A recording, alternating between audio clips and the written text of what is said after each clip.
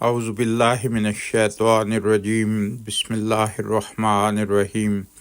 روزنامہ الفضل انٹرنیشنل، منگل، 1 اکتوبر سن 2024۔ ایک واقف نو کی 7 خصوصیات۔ انتخاب از خطبہ جمعہ حضرت خلیفۃ المسیح الخامس ایدہ اللہ تعالی بنصرہ العزیز، فرمودہ 18 جنوری سن 2013۔ پہلی بات جو ہر وقف نو بچے میں پیدا ہونی چاہیے وہ اس توجہ کی روشنی میں یہ بیان کر رہا ہوں، اور وہ ان آیات میں آئی ہے کہ اس کی ماں نے اس کی پیدائش سے پہلے ایک بہت بڑے مقصد کے لیے اسے پیش کرنے کی خواہش دل میں پیدا کی، پھر اس خواہش کو پورا کرنے کی بڑی عاجزی سے دعا بھی کی۔ پس بچے کو اپنے ماں باپ کی، کیونکہ اس خواہش اور دعا میں بعد میں باپ بھی شامل ہو جاتا ہے، ان کی خواہش اور دعا کا احترام کرتے ہوئے اپنے آپ کو اللہ تعالیٰ کی نظر ہونے کا حقدار بنانے کی کوشش کرنی چاہیے، اور یہ تبھی ہو سکتا ہے جب اپنے دل و دماغ کو، اپنے قول و فعل کو اللہ تعالیٰ کی رضا کے مطابق بنانے کی طرف توجہ ہو۔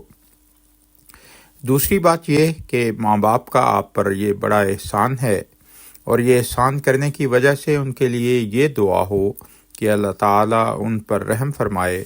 آپ کی تربیت کے لیے ان کی طرف سے اٹھنے والے ہر قدم کی آپ کے دل میں اہمیت ہو، اور یہ احساس ہو کہ میرے ماں باپ نے اپنے عہد کو پورا کرنے کے لیے جو کوشش کر رہے ہیں، میں نے بھی اس کا حصہ بننا ہے۔ ان کی تربیت کو خوش دلی سے قبول کرنا ہے، اور اپنے ماں باپ کے عہد پر کبھی آنچ نہیں آنے دینی۔ دین کو دنیا پر مقدم رکھنے کے عہد کا سب سے زیادہ حق ایک واقف نو کا ہے، اور واقف نو کو یہ احساس ہونا چاہیے کہ یہ عہد سب سے پہلے اور سب سے بڑھ کر میں نے پورا کرنا ہے۔ تیسرے یہ کہ خدا تعالیٰ کی رضا کے حصول کے لیے ہر قربانی کے لیے صبر اور استقامت دکھانے کا عہد کرنا ہے، جیسے بھی کڑے حالات ہوں، سخت حالات ہوں۔ میں نے اپنے وقف کے عہد کو ہر صورت میں نبھانا ہے۔ کوئی دنیاوی لالچ کبھی میرے عہد وقف میں لغزش پیدا کرنے والا نہیں ہو سکتا۔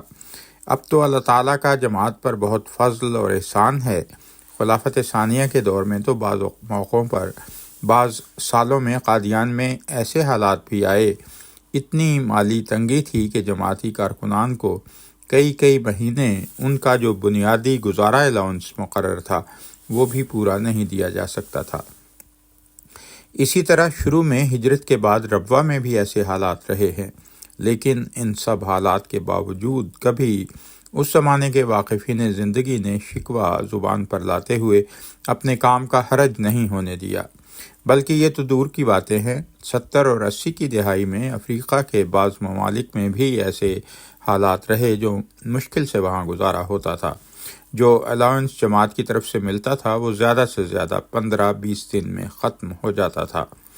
مقامی واقفین تو جتنا الاؤنس ان کو ملتا تھا اس میں شاید دن میں ایک وقت کھانا کھا سکتے ہوں، لیکن انہوں نے اپنے عہد وقف کو ہمیشہ نبھایا، اور تبلیغ کے کام میں بھی کبھی حرج نہیں آنے دیا۔ چوتھی بات یہ کہ اپنے آپ کو ان لوگوں میں شامل کرنے کے احساس کو ابھارنا اور اس کے لیے کوشش کرنا جو نیکیوں کے پھیلانے والے اور برائیوں سے روکنے والے ہیں۔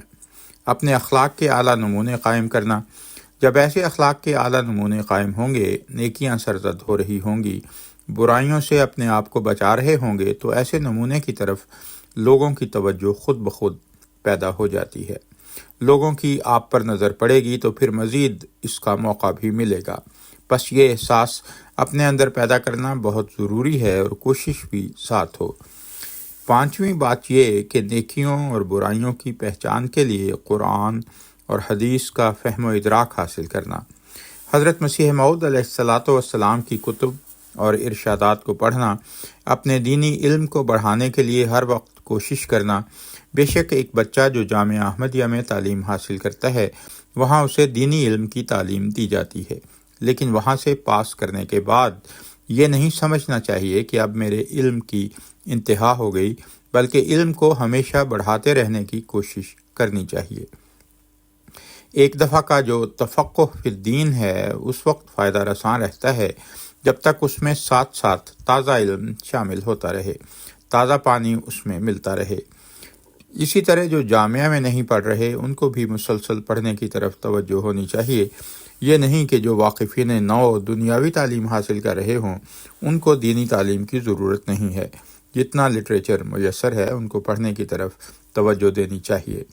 قرآن کریم کا ترجمہ اور تفسیر پڑھنے کی طرف توجہ ہونی چاہیے۔ حضرت مسیح موعود علیہ الصلاۃ والسلام کی جو کتب ان کی زبانوں میں ہیں ان کو پڑھنے کی طرف توجہ ہونی چاہیے۔ چھٹی بات جس کا اللہ تعالیٰ نے حکم دیا ہے اور جس کی طرف ایک واقف نو کو توجہ دینی چاہیے وہ عملی طور پر تبلیغ کے میدان میں کودنا ہے۔ اب بعض واقفات نو کو یہ شکوہ ہوتا ہے کہ ہمارے لیے جامعہ نہیں ہے، یعنی ہم دینی علم حاصل نہیں کر سکتے۔ اگر اپنے طور پر جس طرح میں نے پہلے بتایا پڑھیں تو اپنے حلقے میں جو بھی ان کا دائرہ ہے اس میں تبلیغ کی طرف توجہ پیدا ہوگی، موقع ملے گا۔ اس کے لیے جب تبلیغ کی طرف توجہ پیدا ہوگی اور موقع ملیں گے تو پھر مزید تیاری کی طرف توجہ ہوگی اور اس طرح دینی علم بڑھانے کی طرف خود بخود توجہ پیدا ہوتی چلی جائے گی۔ پس تبلیغ کا میدان ہر ایک کے لیے کھلا ہے اور اس میں ہر وقف نو کو کودنے کی ضرورت ہے اور بڑھ چڑھ کر ہر وقف نو کو حصہ لینا چاہیے اور یہ سوچ کر حصہ لینا چاہیے کہ میں نے اس وقت تک چین سے نہیں بیٹھنا جب تک دنیا حضرت صلی اللہ علیہ وسلم کے جھنڈے تلے نہیں آ جاتی۔ اور یہ احساس اور جوش ہی ہے جو دینی علم بڑھانے کی طرف بھی متوجہ رکھے گا اور تبلیغ کی طرف بھی توجہ رہے گی۔ ساتویں بات، ہر واقف زندگی کو واقف نو کو خاص طور پر ذہن میں رکھنی چاہیے کہ وہ اس گروہ میں شامل ہے جنہوں نے دنیا کو ہلاکت سے بچانا ہے۔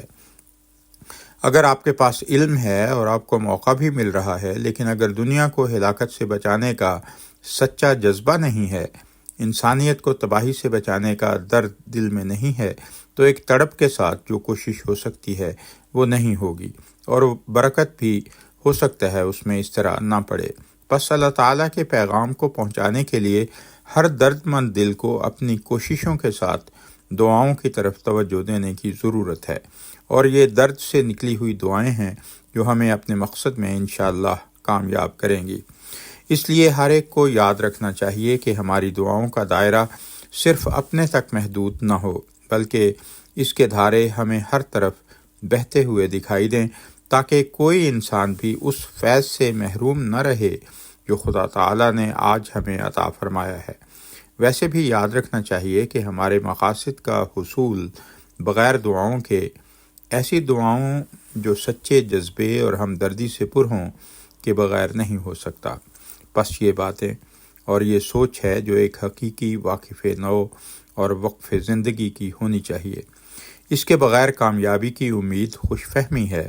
ان باتوں کے بغیر صرف واقف نو اور واقف زندگی کا ٹائٹل ہے جو ایسے واقفین نو نے اپنے ساتھ لگایا ہوا ہے، اس سے زیادہ اس کی کچھ حیثیت نہیں۔ اور صرف ٹائٹل لینا تو ہمارا مقصد نہیں، نہ ان ماں باپ کا مقصد تھا جنہوں نے اپنے بچوں کو اس قربانی کے لیے پیش کیا۔ بس جیسا کہ میں بیان کر آیا ہوں، ماں باپ کے لیے بھی اور واقفین نو کے لیے بھی یہ ضروری ہے کہ اپنی ذمہ داری نبھائیں۔ میں دوبارہ اس طرف توجہ دلانا چاہتا ہوں کہ دنیا میں دین کے پھیلانے کے لیے دینی علم کی ضرورت ہے، اور یہ علم سب سے زیادہ ایسے ادارے سے ہی مل سکتا ہے جس کا مقصد ہی دینی علم سکھانا ہو، اور یہ ادارہ جماعت احمدیہ میں جامعہ احمدیہ کے نام سے جانا جاتا ہے۔